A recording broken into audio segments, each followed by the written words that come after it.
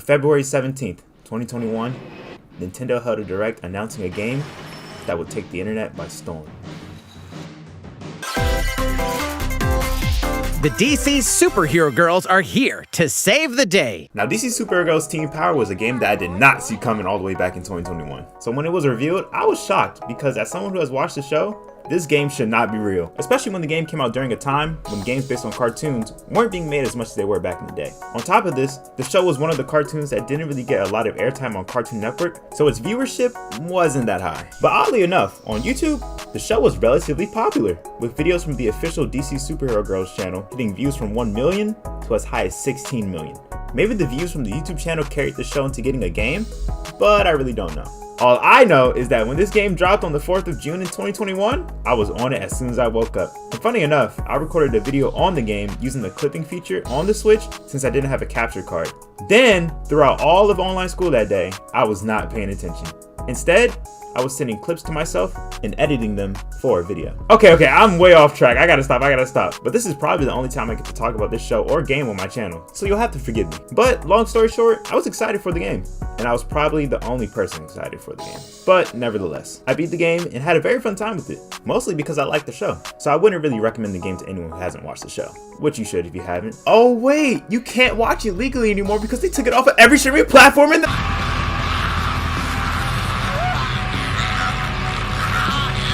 From June 2021 through August 2023, I would always come back to this game from time to time to continue 100%ing it. But on August 1st, I was in VC with my friend Evan, aka Dealweed, and the game was brought up in conversation. By me, of course. And then he's like, have people done speedruns on this game? And then I was like, no way people have done speedruns on this game. Nobody plays it. Then Evan goes on speedrun.com and finds out that people have done speedruns on the game. Once I heard that, I knew what had to be done. I had to go for the world record. So the next day, I watched the world record run for the game to see what I was getting myself into. And then, I started some runs. So the format of the game goes like this. There are 7 total chapters, with each chapter including a couple of short levels and a boss somewhere in the mix. In chapter 1, you unlock Supergirl, Batgirl, and Wonder Woman. In chapter 4, you unlock Harley Quinn. In chapter 5, you unlock Catwoman. And in chapter 6, you unlock Star Sapphire. The plan was to play as Supergirl all the way up to the end of chapter 3. Then switch to Batgirl and play as her up until we unlock Star Sapphire in chapter 6. The reason for this is that Supergirl is good to use during the Livewire fight in chapter 2 and the first level in chapter 3. Then I would switch to Batgirl because her batarangs do a lot of damage once upgraded. And lastly, I would switch to Star Sapphire in chapter 6 because she can fly, has long range attacks, and one of her abilities inflicts fire damage to enemies. So she was the best pick to finish off the game with. Now the only things in this run I had to look out for was to 1, not let this old lady get hit by a car in chapter 1. It sounds really simple, but this killed a couple runs for me. 2, don't let Giganta beat up this robot in chapter 3 because she got stuck for me one time and just kept targeting the robot. 3, try not to spend too much time on one level.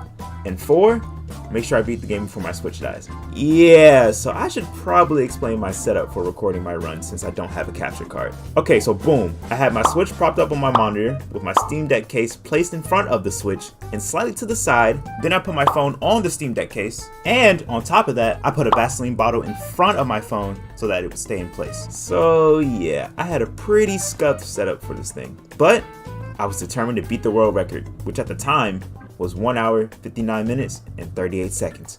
So let's finally talk about my experience speedrunning this game. For my first run of the game, I restarted about 30 minutes in because I got to this level right here and I was playing as Wonder Woman when I was supposed to play as Supergirl since she can fly and blast through this level quicker than any of the characters I had unlocked at the moment. Which was a mistake on my part, but I was kind of treating this run as a test run anyway, so I didn't really care that much.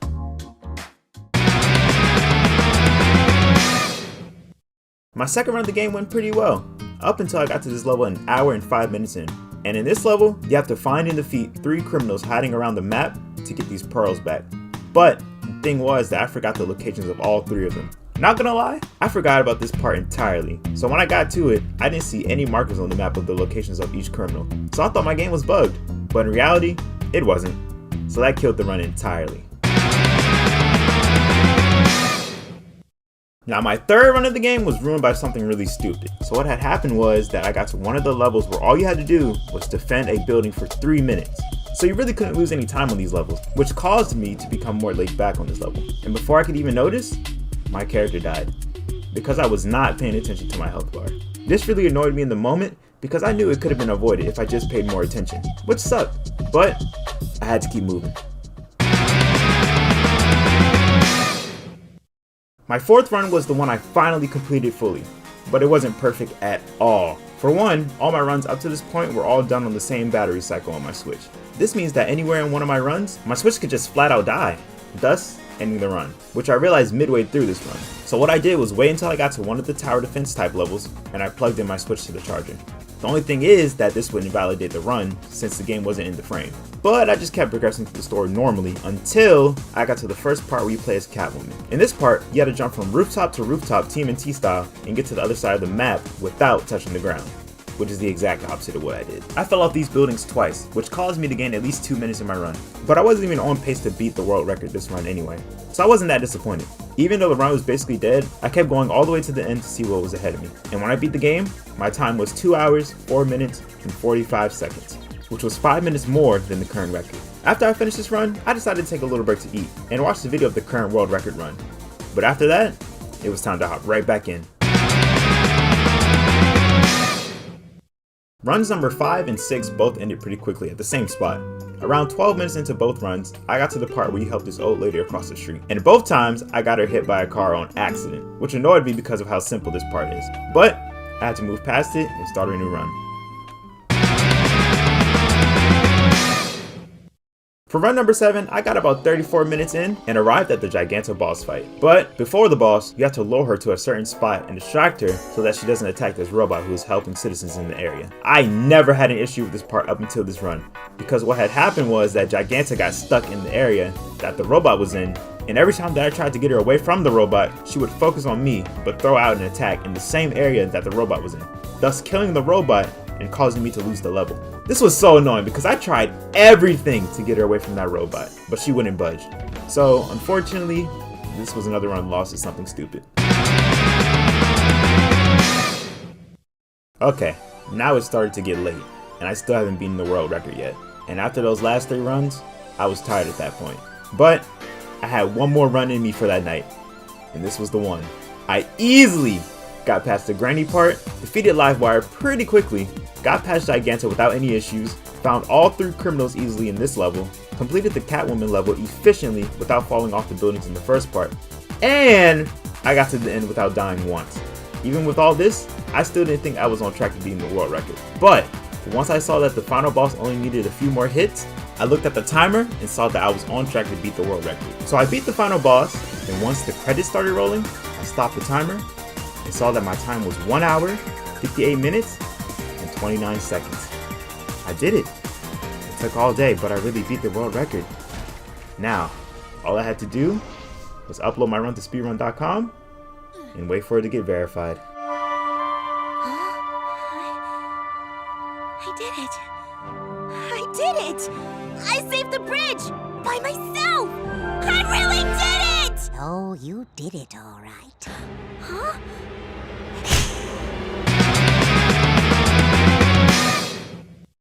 On August 9th, unfortunately, my run got rejected because I took the Switch out of frame when the game was supposed to be shown at all times. The reason I did this was because runs 5 through 8 were done on 1 battery cycle as well. And midway through my 8th run, my Switch got below 35%. And you guys know how fast the Switch battery goes down. So I had to either plug in my Switch to a charger or risk my Switch dying near the end of the run. And of course, I chose the first option. And that one choice caused my entire run to become invalidated. The city needs a hero. So you've got to try.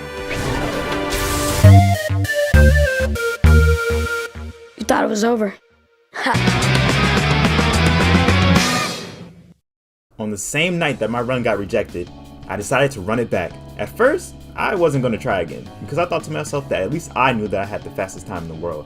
But that didn't sit right with me. I had to see my name on that website. So I pulled out my fully charged Switch and all the stuff I needed to record my Switch and started the run that would get me the world record time. Okay, let's do this one last time, yeah? For real this time. This is it. This run was perfect, So much so that I didn't even realize how well I was doing until I got to chapter 4. Every chapter that I completed in this run was way faster than my previous run, which was funny, because I didn't think my previous time could be improved. But I'm glad I was wrong. Every issue that I had in my previous runs weren't issues here at all, which I didn't expect because I thought I'd at least mess up once. And the best part was, my Switch didn't need to charge midway through the run! The only thing about this run was that the final boss threw out some extra phases, which was not supposed to happen at all. But luckily I was doing really well on time, so everything was good. It's crazy how I did this first try. There were no other runs that day. Just this one, and I made it count. So I uploaded my run to speedrun.com and waited. Then, on August 19th, I got the notification. My run had been verified. I did it. I finally got the world record run in DC Super Heroes Team Cow.